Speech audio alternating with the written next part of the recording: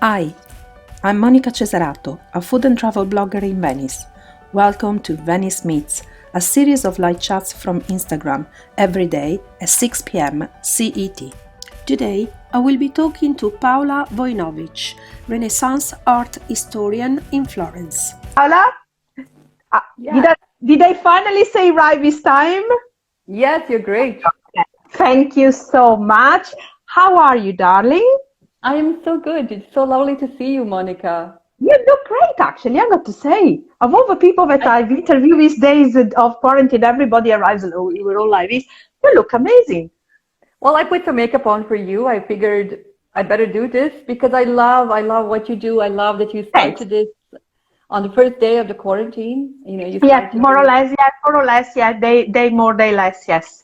Yes, and it's still going. And now I start feeling it's also a bit tiring, also because at the beginning I was doing it 7 days a week. So now I Wow. decided to do it six. So Yeah. let's explain to the people who is Paola. What do you do? All right. I'm a Serbian American and I have been living in Italy for the last 14 years. And it's been really, the amazing 14 years where I got to really focus on my career, to explore the city of Florence, to explore the archives. And it's been just, the most delightful journey, really. Because you are an historian, right? Yes, an art historian. Yes, Yes, yes, and you are specific on Renaissance. yes, yes, Okay, exactly, yeah. exactly. Well, In, it's not exactly one of the easiest periods to study because it's so full of it, of material and things. And Florence, of all the places, is that's yes, it. yes, Perfect. it's, out of this world. There is so much in Florence. And in 2005, I was actually very fortunate to get a fellowship at Syracuse University in New York. They have an amazing program, really focused on the Italian Renaissance. They take only 4 or 5 students every year. Oh, wow. And then if we are selected, you get a chance to spend 1 semester in Syracuse in New York. And then you come to Florence for a year. And this was really the beginning of my Renaissance studies. And it was just the most amazing experience because we would get to go to the archives and look to the documents in the archives, look to primary sources, and then to the classroom, and then from the classroom go and see things in person. In most cases, where their creators meant them to be, and where their patrons wanted them. So that's what Florence is still today, which is just Yeah. out of this world.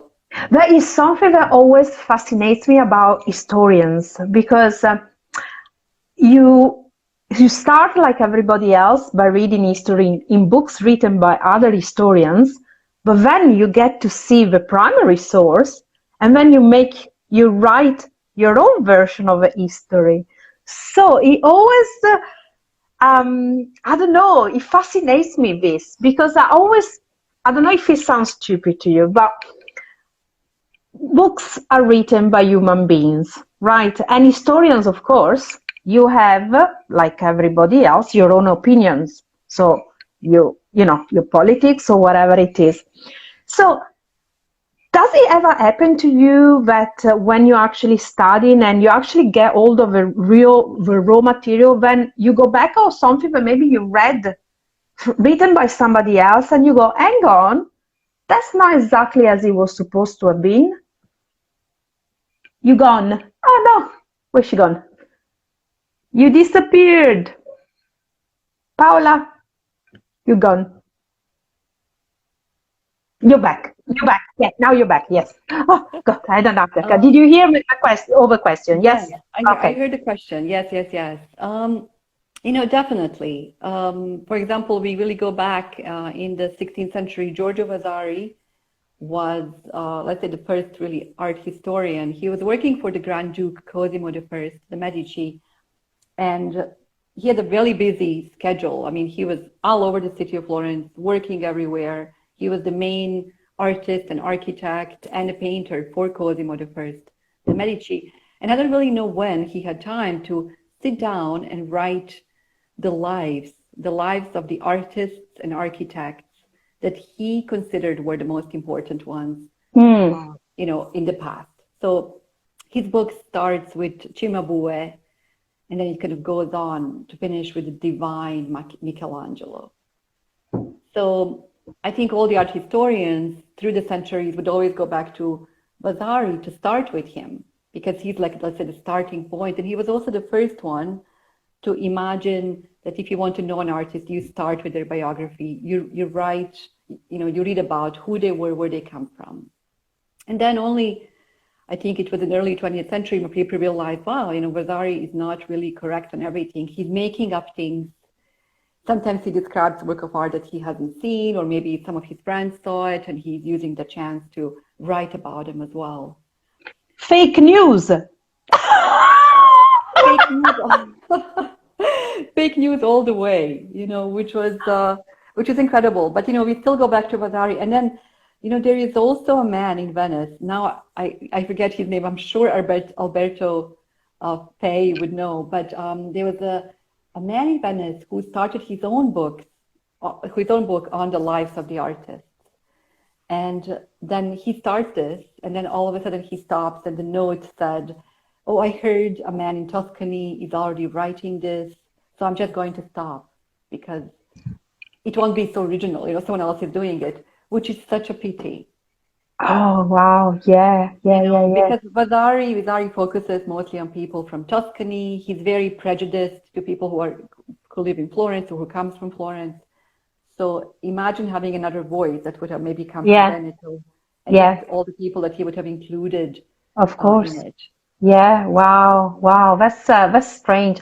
And listen, what was the most, let's say, fascinating, interesting moment for you once you start getting into putting your hands in the raw material, in the primary source, in all these beautiful artifacts and these beautiful paintings and things? What was the most amazing moment for you? There's so many, but I think maybe the first wow moment was when I started researching the Church of Santa Croce. The topic for my thesis at Syracuse was the sacristy of the church. And it's a place where the priest gets ready for Mass. So it's always a very private space where not too many people would be able to actually go inside. But in case of Santa Croce, the sacristy is really, really big, which got me asking, okay, why is it such a big space? And actually, I think 17th century historian describes it as a comfortable church. So I started digging in, and shortly after I started working on all my research, I met one of the friars in the church. His name is Padre Rosito, and he's kind of like a legend. He's now, unfortunately, in a nursing home, and he's not really doing well. He kind of lost his memory, but he had this amazing life. So I would get to go and see Padre Rosito as I was working on my research, and he had this office in the catacombs, like, in the basement of the church. Wow. And that's already in itself, it's an amazing thing, because it's not like an office. Oh, wow. Yes, amazing. Exactly. And there was the head of a Christ, a terracotta head of Christ just behind him. So you would enter in this really dark, dusty place, and just like in the name of a rose, you go like, just unbelievable. So I would go to see him, and then one day I came back. Maybe I was in Florence for 3 weeks or so, and I came to his office, and there were 2 cats. He had these really fat cats sleeping outside, and I realized, oh my God, I'm so happy to see him. Not just because we'll talk about Santa Croce, but we also will talk about my research. But I also feel like I have a friend, Yeah, of course. So I'm so excited. I go in and I say, Padre Rosito, I'm so glad to see you. I think, I think you're my first friend in Florence. And he looked at me and he said, oh, Paola, San Francesco accetta tutti. I'm going to translate this for people who maybe don't know Italian, but he said, St. Francis accepts everyone. But at which part you went like, that's what, is that a compliment or is that I was like, wow, I really wonder what he thinks about me, But well, it's yeah. been, Oh my it's been the God. most amazing experience. So anyway, I think just the fact that you can read something in the documents and then go out in the city and, see it in person is just a wonderful gift. So Florence still has that Yes, yeah, yeah, yeah. situation. And And Venice as well. yeah, okay, let's talk a second about Florence and when we go back to both of the cities. Which is your favorite spot in Florence? Mm, As an art historian, then as Paola, because there's two yeah. different things. Oh my gosh. I Mm. think they kind of merge, Oh, the art okay. historian in me and wow, it's a hard question. It's a hard question See, because they always ask me this about Venice. You see, I prepared, I got 3 or 4. you See? have a prepared answer. Oh, yes. Oh, I had to every year. They keep asking me. So I got 3 spots that are my favorite, absolutely, in Venice. That if I have to go anywhere, this is, I make sure always to go. The Yeah. Ghetto, Burano, and actually it's 4. The Ghetto, Burano, Castello, and Giudecca. Okay. They are Wow. the Wow. spots, and again, 4 places that totally generally void of tourists, of course. Well, apart from Burano, but vabbè, the other Yeah. 3, yes. That's I don't know. Is for me, that is more my kind of Venice. It's Yeah. not the Venice of the monuments. It's the Venice of the people. If you know what I'm saying. Okay. Yes. Yes. Yes. Yes. Of course. Of Yeah. course. For me, definitely Santa Croce has a special place in my heart. I also love the baptistry. The baptistry of Florence is a really fascinating place because it's such a mix of really what Florence is all about. You have the Roman basement. Probably it was probably a Roman house, or some people say it was a bakery. And then there's this beautiful round octagonal building with mosaics inside that were done. 3 different schools were working inside, but the first ones came from Venice. And then So, Florentines, they also called the artist from Pisa, Andrea Pisano, to make the doors. So as they're beginning this new city and they're thinking about how Florence is going to be this important town, they're kind of putting all of their attention to this one place. And then this will be the door, this will be the place where the doors of Ghiberti will end up, the beautiful gates of paradise. mm-hmm. So I think it kind of sums up the layers of Florentine history and just how much love was given to the city, by Yeah. the people who live there. Yeah. Now, I know because, of course, I did study a little bit of art, not much, but I did study a bit of art history. But for the people that are listening to us, what is the major difference between Florence? Forget about the water, we know that. I'm talking about as the importance of the art between Florence and Venice, and the difference also of how that art got in the city. Because, of course, city of merchants, city of aristocrats. Yeah, So, yeah. how do we really spot this difference? Where do we actually see, obviously, the differences in between the approach of a two city to art? Okay, so let's start with Florence. Mm. In Florence, we have the really wealthy class, but they are not aristocrats. They're really the merchants and they're Yeah. the go-getters, people that they have passion, they have drive, and they're gonna follow that and go with that. So when they're commissioning the works of art, for many of them, we still have their the contract, the original contract that survive. And in most cases, they say, I'm making this for the glory of God. I'm making this for this beautiful city of Florence. And then I'm making this also so my own soul will be remembered. So I think this is the most important part. In Florence, they are the families of the city that are going to make an impact. Mm. Individuals, or just Yeah. let's say the clans of people. And I think in Venice, it's mostly le scuole. They're mostly institutions that are, doing things, because the patrician families were very different. And I think that the society there was a big difference of how it was organized. Yeah, well, a republic. So, exactly. know. So in Florence, we have the Medici family that can never really be the ruling family of Florence. In the beginning, they have to walk that fine line of being the first among equals. I mean, in Venice, it's the same thing. You have these patrician families but they're all part of the special book, right? So you're only part of that because you're kind of born in it. In Florence, you can kind of make your own wealth. You can make your own name as well. And I think also, correct me if I'm wrong, okay? Also, a different, I think it was in the attitude that I think maybe in Venice, of course, it was all about art and stuff, but it was maybe more about the concept of being, it was the money. So art, like the innovations, because Venice was always on the forefront of innovation on everything. You had an idea, where did you go? You went to Venice, because you knew you will find somebody that will invest, if the idea was good, will invest in the idea. When he said maybe in Florence, it was also, yes, it was about the money, but it was also about the pride of, as you say, of a family. Wasn't it this also the major, I don't know, I'm asking. It's a feeling I have. Yeah, it's true. The pride of the Florentines to be part of, in every contract that they say, make it più bella che si può, make it as beautiful as you possibly can. And that's not even for a building, they're talking about small altarpiece. So if this is their goal from the beginning, to make it as beautiful as they possibly can, then of course the city is full with riches.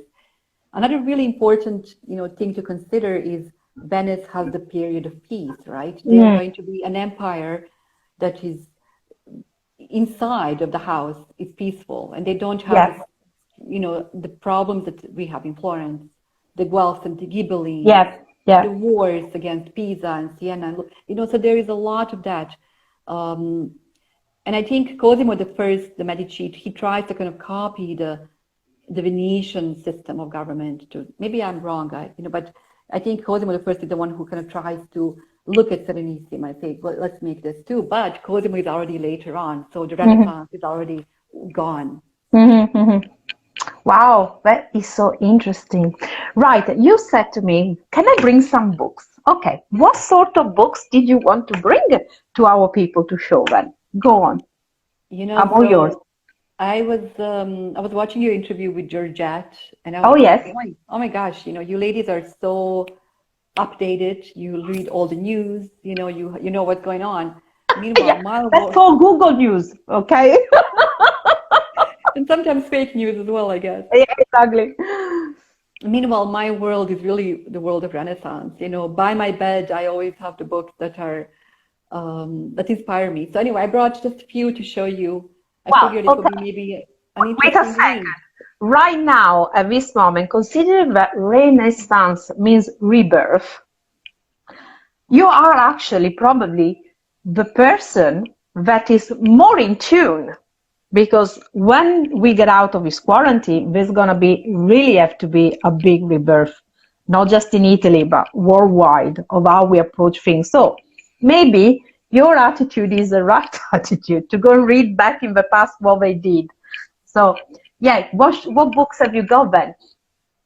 Just to go back to what you said, if you think about Boccaccio, the Cameron, and the way he described how things happen and how the disease spread, it's very much what we do today. I mean, it was the measures that they started to, take clothes off, don't go outside in the other world.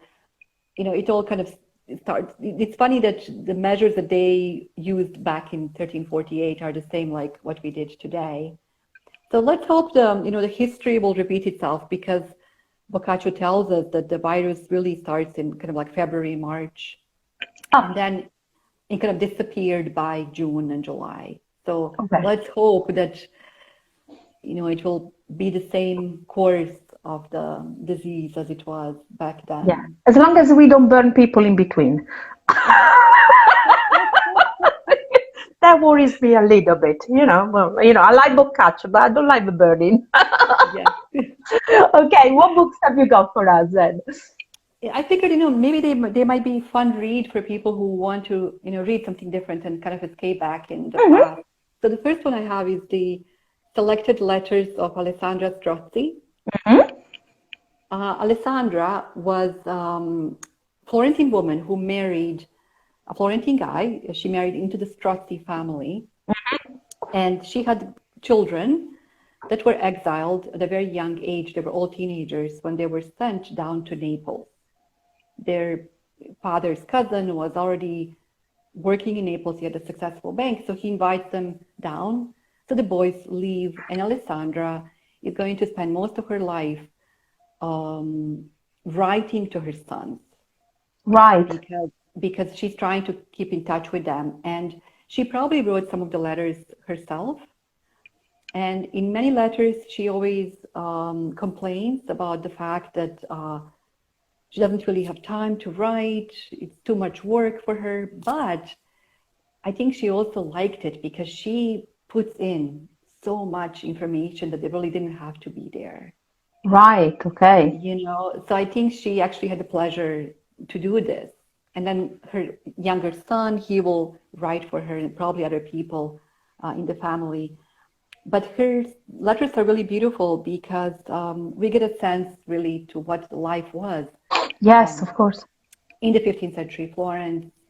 And when I was reading the book for the first time, I was actually studying at Syracuse, and my mom would send me emails, and she would say, take good care of yourself, make sure you eat and you sleep. And I was thinking, oh my God, my mom sounds just like Alessandra Strozzi, nothing has changed, Yes. Yes. Ah, yeah. And then she writes to her sons, and she tells the oldest one, she tells him, you know how much pleasure I have in spending money. Why do you always ask me how I'm spending? What I'm going to do? I can't take it to the grave with me. Like her attitude. Oh, I like this woman. Yeah, and I'm She's definitely, pretty and she awesome. was thinking, and I'm definitely not living into you. So it's really, really amazing, to see. I'm going to try it one more time. To see her report with Yes. her male children, with the boys, and then to think about the girls and how there was definitely love. She loved all her children, but you see that the girls are trained to go somewhere else and become part of someone else's clan. Yes. Yeah. Meanwhile, for the boys, they will be the ones who will be keeping the family name. Yeah. Isn't it interesting though how when you read the letters of somebody that wrote them centuries ago, it's so different on understanding this person that when you actually just see the life written down on a book and you say, oh yeah, and then you read and all of a sudden they become real. Yes, It's a yes, bit like reading your grandparents' notes, isn't yes, it? And it makes it nearer as well and not so far away. It's like sometimes when you read the First World War letters, and in your head, at least in my head, everything is in black and white, of course, because every time we see film, all the reels and stuff is all in black and white. And then you read, and they make comments and they say things that are just so up to date. It's like normal, and you think, oh wow, they were normal people. It's not just this, yes. figure, irreal, not real in a sense. Yeah, I love reading. What do you call it? Epistolary? No, how do you say it in Epistolari, kind of like, epistolary?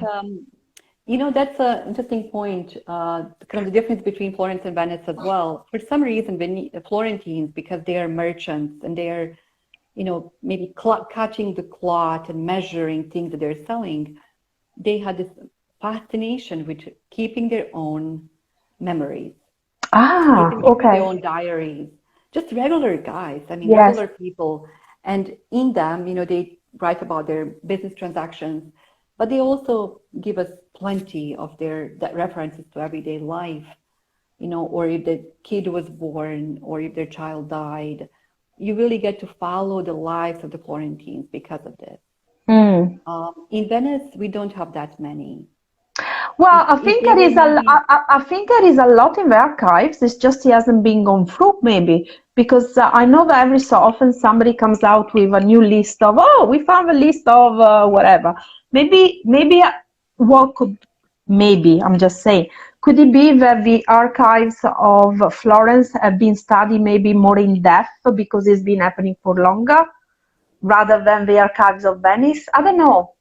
It's my, you know, I think there's plenty of information, in the archives in Venice and in Florence.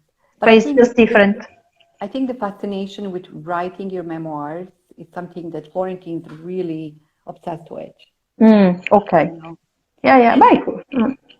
And Beh, to go back to Alessandra, maybe my favorite thing that she did, when she writes to her son Filippo, he's in exile. She might never see him. It's going to be why did they send them in exile? They were the enemies of the Medici. They were really, really Okay. successful. Okay. And it was really easy to be sent in exile. Yeah. As long as someone wrote a letter about you and exposing you, so the Strozzi's really get to go. So Alessandra doesn't really worry so much about when she's going to see her son, the oldest one, Filippo, but she's really worried that he's still single. So in every letter that she writes to him, she ends it with describing a woman, the new woman that he might marry. Yeah, because the line doesn't carry on if he doesn't get married. So it means the line will die. Yeah, yeah, of course. And that was very important for a family in those days. Yeah. True. So anyway, so she's really, really cute because finally she finds a woman and she tells him, I saw her in the church, which is of course the only place where you can see a woman, and she said, she's good meat and good bones. So, well, that's all the time. Paola, I always said I was born in the wrong time. I've been born in the Renaissance. Oh my God, I would have had so many things. Anyway, really interesting. And then, so we go from real letters of a real woman to Sarah Dunant's. I love this book, The Birth of Venus, in which she describes a life of a young woman in the time of Lorenzo the Magnificent, the Medici, so the second half of the 15th century. So it's interesting to see how a contemporary writer imagined what it was to be a young woman. And I talked to Sarah Dunant about her book, and she said she moved to Florence many years ago, and she brought in her daughters who were teenagers at the time, and when they went around the city, the girls just kept asking her about what happened with the women, what happened with the women who were their age. So she realized, well, no one really speaks about them and no one writes about them. So she was inspired to write this book. So I think it's a beautiful journey into Renaissance and a beautiful story.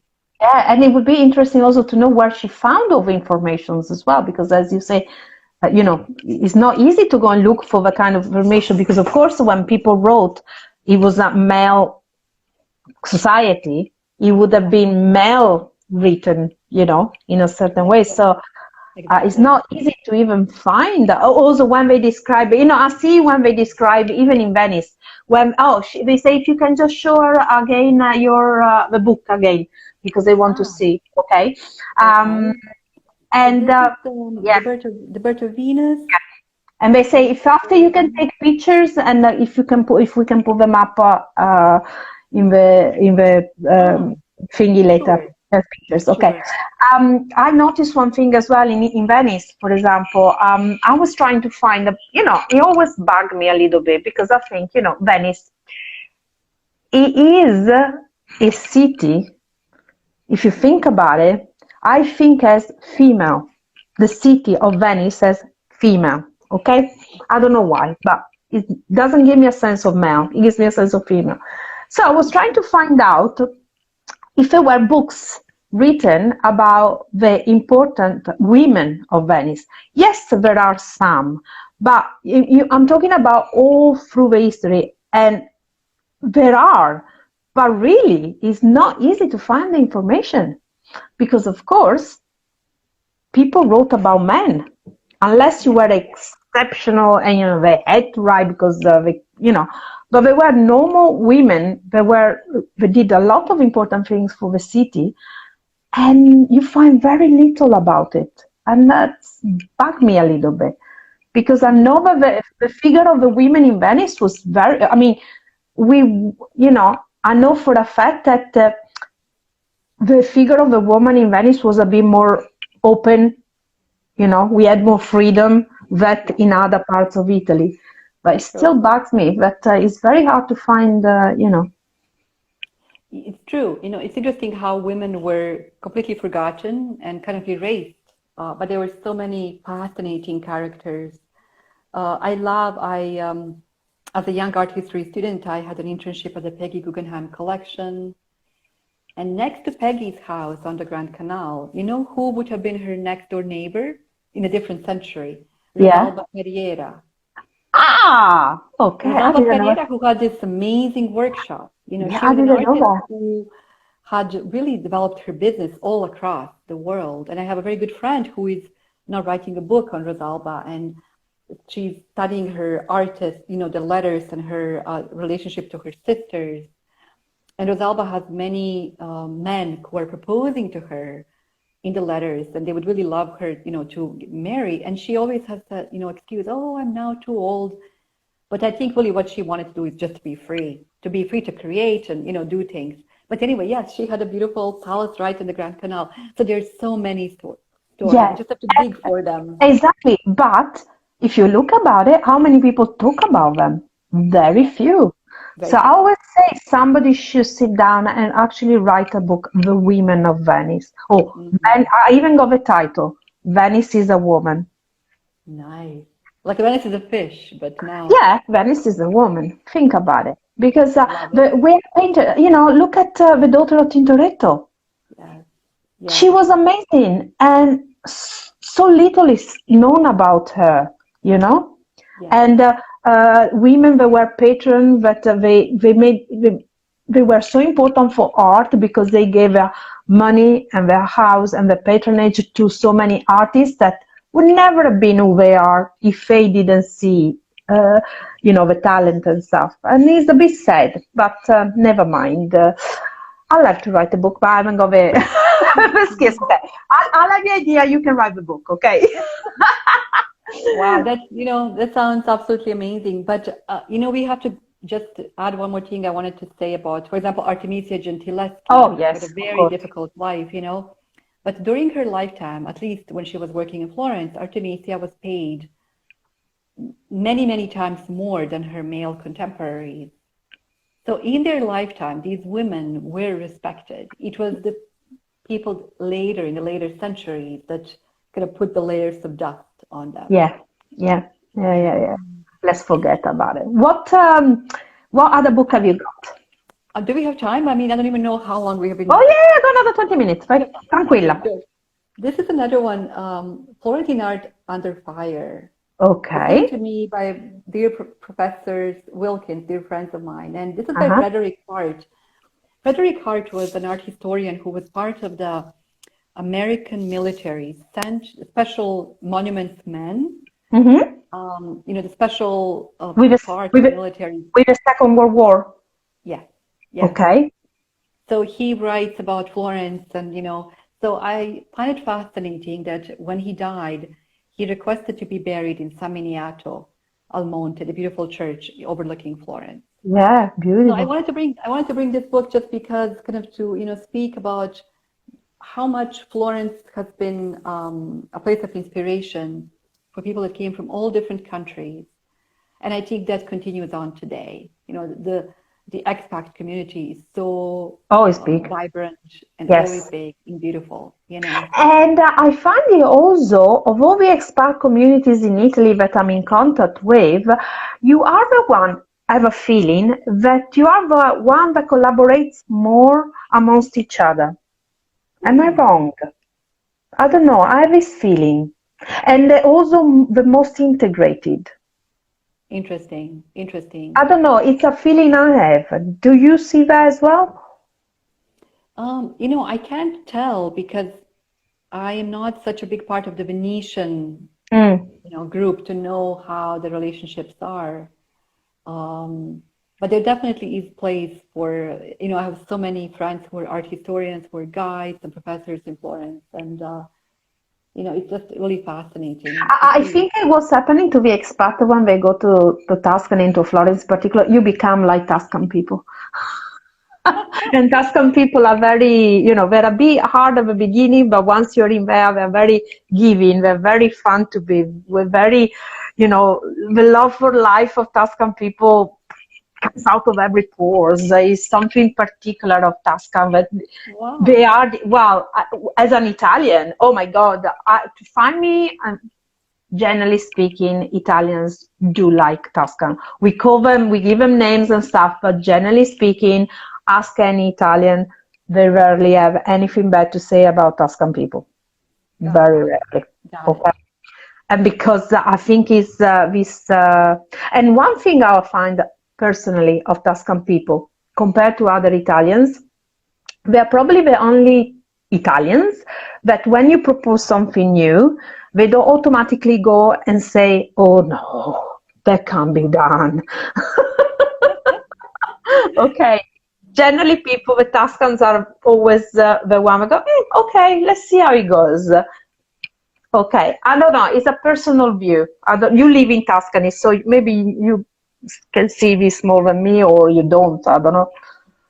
I definitely feel blessed because I was able to make so many friends, in Florence. I mean, the Florence, really opened its doors to me. So I feel definitely blessed because it's not easy to be a foreigner. It's not easy to be living in a foreign country, I think, for anyone. There is good and bad that comes with it, but definitely is, beautiful place to be. But yeah, I feel for me, Venetians too, are just absolutely charming and I love them. But the Venetians are maybe more open also to other cultures. For example, they know so much about Adriatic and what is over the Adriatic. Yeah, okay. Yeah, in the Meanwhile, sense, in yeah. Tuscany, people, when you think about, you talk about ex-Yugoslavia, they're like, oh, where is that exactly? Meanwhile, Venetians know it all because it was all part of, Seriously? You yeah, actually had people going and say that to you? yeah, Really? yeah. I find them all the time. Yeah. Oh, okay. I don't think it's only because you're over the border, but oh my God. Okay, okay. Yugoslavia in part was part of the Venetian Empire, so that's probably why we remember you. Like, that Lost was our children, land. we lost children, so you were ours. Come back home. But I think, the relationship between Venice and the Slavs, I mean, is Mm. just absolutely fascinating, and it's a whole different topic we can go into. Let me show you a few of the books. Oh, yes, the last book on Florence. Yes. This is Eve Borsuk, Mm-hmm. Companion Guide to Florence. This was out of print for many, many years. The book is really, really old. I mean, I don't even know when she published it for the first time. I will take a very quick look. 1966. So just Whoa. when the flood happened. Oh, Yes, wow. 1966. But it's such an amazing guide to the city. Still my favorite. So Eve Mm-hmm. Borsuk. Wow. And And it's then, amazing that we're talking about 50 more years later, yeah, it still can be used because in yeah. how many, for example, in Venice, you could use it when it comes down to monument, but when it comes down to little shops, to little particular things, most of the stuff would have been gone. The same thing here. I mean, Oh, this is mostly a good guidebook for if you want to know about Renaissance, about the okay. monuments in Florence. But Okay. yes, I mean, yes, the shops are changing all the time, and that's a Ah, whole okay. different topic, which breaks my Ah, heart. Just okay. So it's happening in Florence too. Okay. I thought it was happening just in Venice, the invasion of the horrible shops. yeah, Let's yeah, not name them. They don't deserve to be named. yeah. I think it's a global problem. I think wherever we go, that's I think happening now. Mm. Um, I wanted to just the books in Venice. I want to make it very, very quick. This is my favorite, A Venetian Affair by Andrea di Rubilan, Uh-huh. based on these beautiful letters. And I just love the figure of Justiniana. Mm-hmm. And I love what Andrea wrote in the foreword to the book. He said sometimes he would be reading the letters that he used for the book, which were actually part of his family. He belongs to the family of Memmo, Andrea Memmo. And he said sometimes he would spend all day writing, and then he would go at night and he would go by the palace and check out the windows and trying to kind of put pieces together of the story. And he said that he would easily slip through the centuries. Like he didn't know if he was, in 1780s or was he, in 2000. That's what I was saying to you about letters. When you read letters, is all of a sudden the gap of the years whoop, become nothing. You just step in there. Yeah. It's amazing. Yeah. Interestingly for me though, when I'm in Florence, I know exactly what is medieval, what is Renaissance, but I also know that I'm standing in the 21st century. But in Venice, I kind of slip back in time easily. It's the boundary is not as clear. Because I think it's the absence of cars. And sometimes you go in certain areas where there are no cars, you're nowhere near, you're near a canal, but the small little canal, so you don't have the big water buses, the big taxis and stuff, so there is nothing. Barely see the electricity line, so really you go and you can easily just be 400 years ago. That I think that's what's so particular about Venice. Yeah. Let me see. Above all at night time. Do you remember the night we were walking with a fog? That was so unreal. Do you remember we even said this is so weary? It is. And if you think it's been like this over and over and over, and they can put as many ugly things in Venice as they want, but they'll never change. The soul still shines through. Yes. Truly unbelievable. I have Alberto Tostofe. Yes, but he's gonna be with me on Monday. That's awesome. I know, I'm so happy. I love this book, The Secrets of Grand Canal, and how he describes as you are going to drive by on the this beautiful Grand Canal, and you see the palazzi, and you see what they're the stories about, of which there's so many stories. I know. I love these books also because what I really like, I always tell him this, what I like about Alberto is that he's taken a lot of stories that is lore, is being told, but it's not actually written down, and he took the time to actually double checking them with facts and everything and putting them down, and that I think it was such a great gift he did to the city of Venice, because a lot of his legends, of course, you hear them and then somebody tells you and you hear them, but actually a series of books, because now he's got many.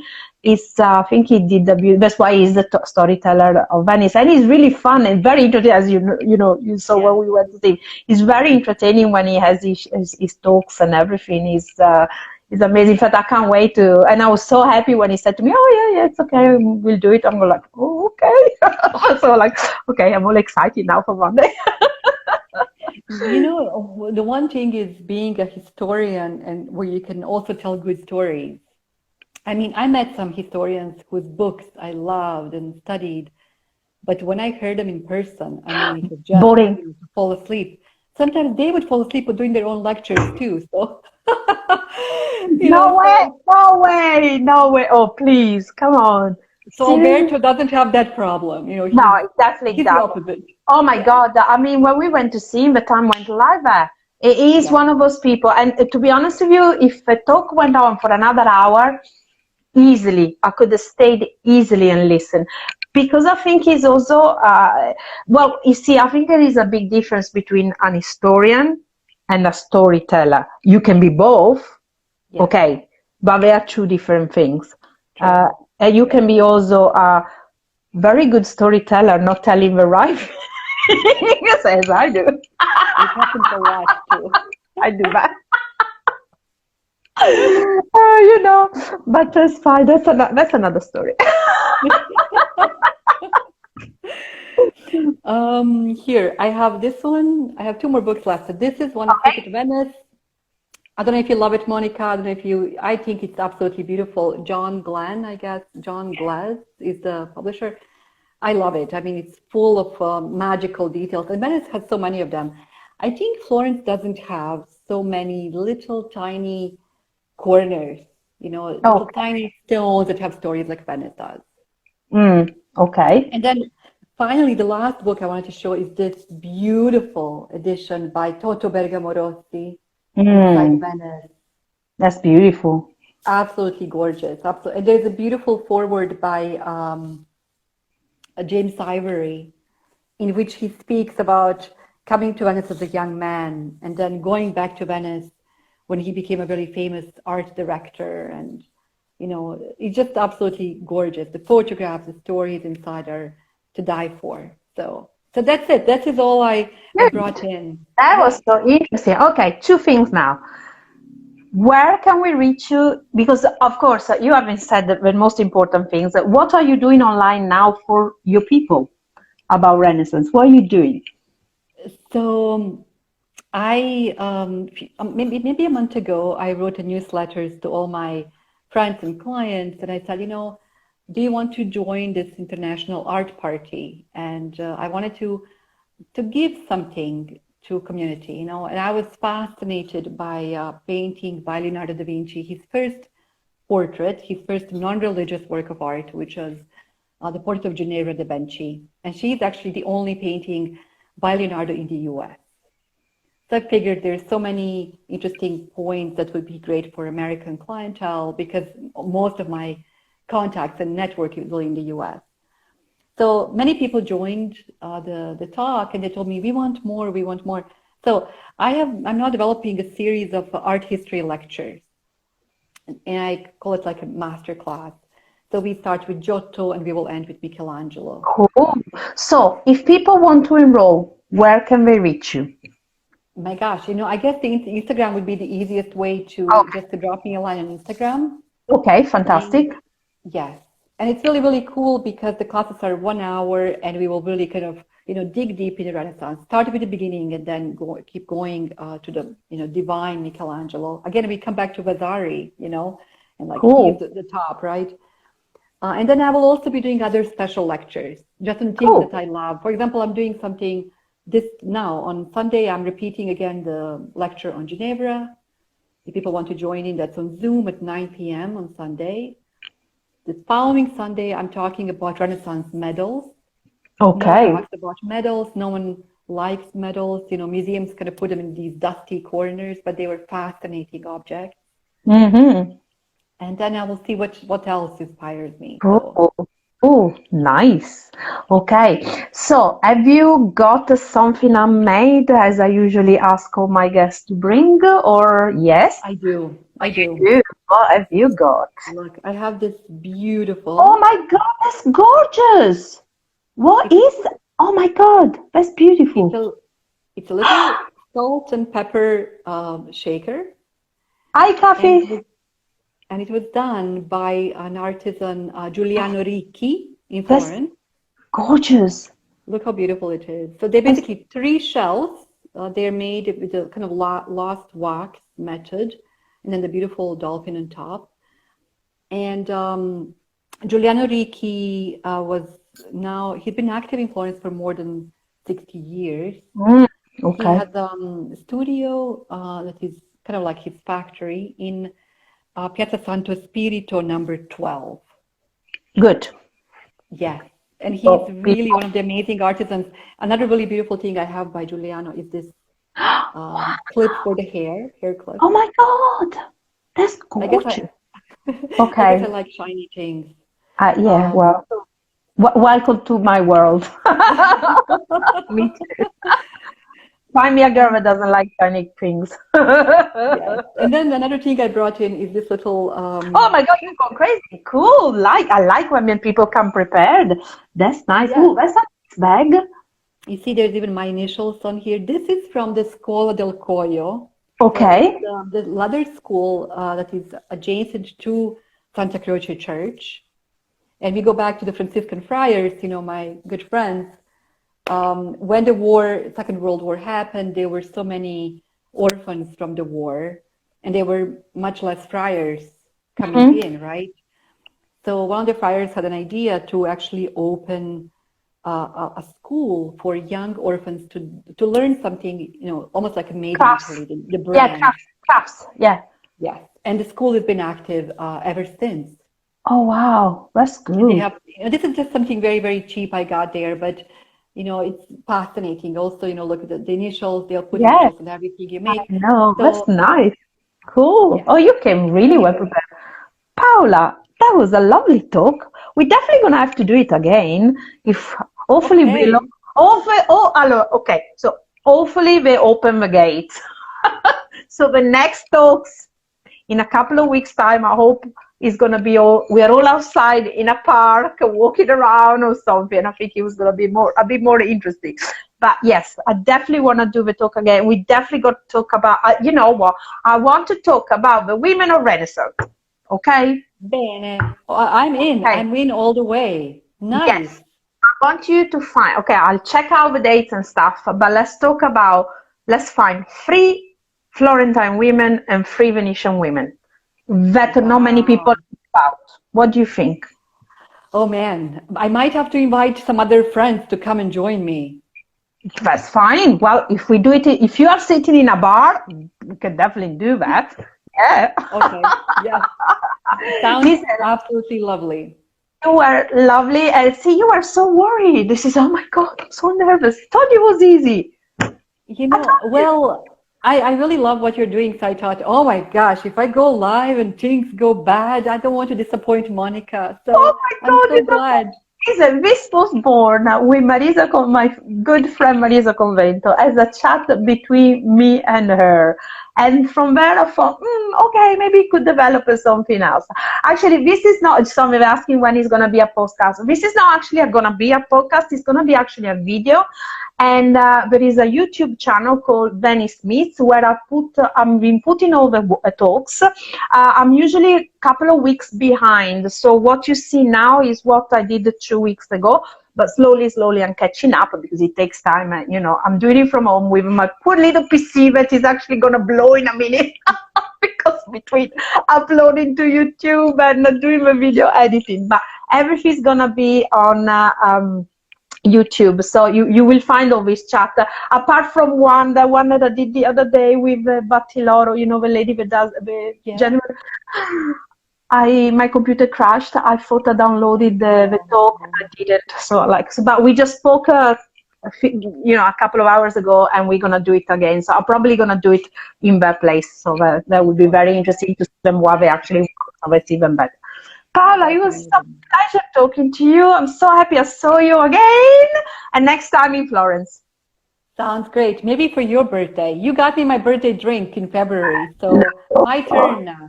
Yeah, well, I'm 2 months late with my birthday, but I got to spend inside. Yeah, I got collect the birthday drinks all over Italy at the moment.